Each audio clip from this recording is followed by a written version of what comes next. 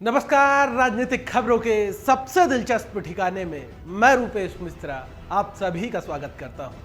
आदतन तुमने कर दिए वादे और आदतन हमने एतबार कर लिया। जी हां, राजस्थान कांग्रेस में इन दिनों कुछ ऐसे ही हालात बने हुए हैं। दरअसल मुझे बिल्कुल ठीक याद है कि जब प्रदेश प्रभारी अजय माकन प्रदेश कांग्रेस मुख्यालय में हाल ही में आए थे और प्रेस वार्ता की थी उन्होंने, तब भी मैं उस प्रेस वार्ता में मौजूद था और उस दरमियान राजनीतिक नियुक्तियों को लेकर अजय माकन ने एक वादा किया था कि 31 जनवरी तक राजनीतिक नियुक्तियों का काम पूरा हो जाएगा, यानी राजनीतिक नियुक्तियों का पिटारा खोल दिया जाएगा। अजय माकन के इस बयान के साक्षी गोविंद सिंह डोटासरा प्रदेश कांग्रेस के जो कि मुखिया है वो है, क्योंकि वो भी वहां पर उस प्रेस वार्ता में मौजूद थे और डोटासरा ने भी हाँ में हाँ मिलाई थी। लेकिन आज 25 जनवरी है और 31 जनवरी होने में महज 6 दिन शेष रह गए हैं। लेकिन जो मौजूदा सियासी परिदृश्य देखें उससे तकरीबन आईने की तरह साफ होता है कि राजनीतिक नियुक्तियां और मंत्रिमंडल विस्तार के जो आसार हैं वो दूर दूर तक नजर नहीं आ रहे हैं। चलिए अब आपको हम ये बताते हैं कि आखिर क्यों अभी राजनीतिक नियुक्तियां और मंत्रिमंडल विस्तार क्यों नहीं हो सकता है।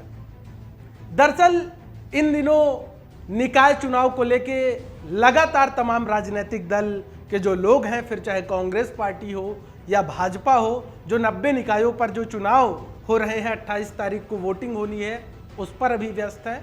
और फिर 10 फरवरी से राज्य सरकार बजट सत्र आहूत करने जा रही है और अमूमन कभी भी ऐसा नहीं होता कि बजट सत्र से पहले मंत्रियों में मंत्रिमंडल विस्तार कर दिया जाए, मंत्रियों में फेरबदल कर दिया जाए। यानी एक बात तो साफ हो गई कि बजट सत्र के बाद ही मंत्रिमंडल विस्तार या फिर राजनीतिक नियुक्ति का पिटारा खोला जाएगा।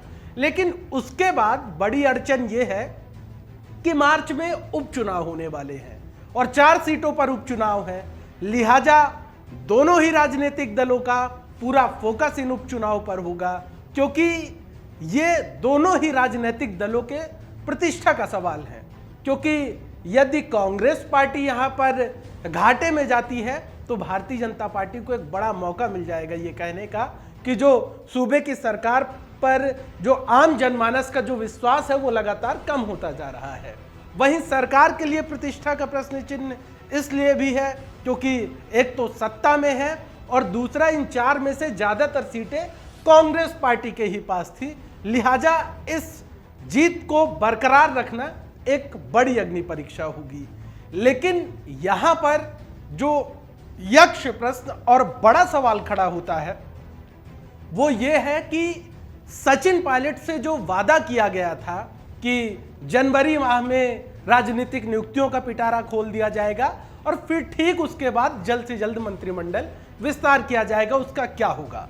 क्योंकि आपको बता दें, सचिन पायलट बार बार जब भी वो मीडिया से मुखातिब होते हैं तो ये बात जरूर कहते हैं कि प्रदेश प्रभारी अजय माकन ने उनसे वादा किया है कि जनवरी माह के अंदर राजनीतिक नियुक्तियों का काम पूरा हो जाएगा और हरी झंडी दिखा दी जाएगी और फिर तुरंत उसके बाद ही मंत्रिमंडल विस्तार किया जाएगा। तो क्या यह माना जाए कि प्रदेश प्रभारी अजय माकन ने सचिन पायलट से खोखला वादा किया, झूठा वादा किया? क्योंकि जो मौजूदा सियासी समीकरण और मौजूदा राजनीतिक परिदृश्य इशारा कर रहे हैं उससे यह बात बिल्कुल साफ है कि आगामी 2 से 3 महीने तक कुछ भी नहीं होने वाला है। क्योंकि जो विपक्ष में बैठी भारतीय जनता पार्टी के जो नेता हैं, नेता प्रतिपक्ष गुलाब चंद कटारिया हैं, वो बार बार इस बात को कह रहे हैं कि राजनीतिक नियुक्तियां और मंत्रिमंडल विस्तार होते ही कांग्रेस के कुनबे में कलह मच जाएगी।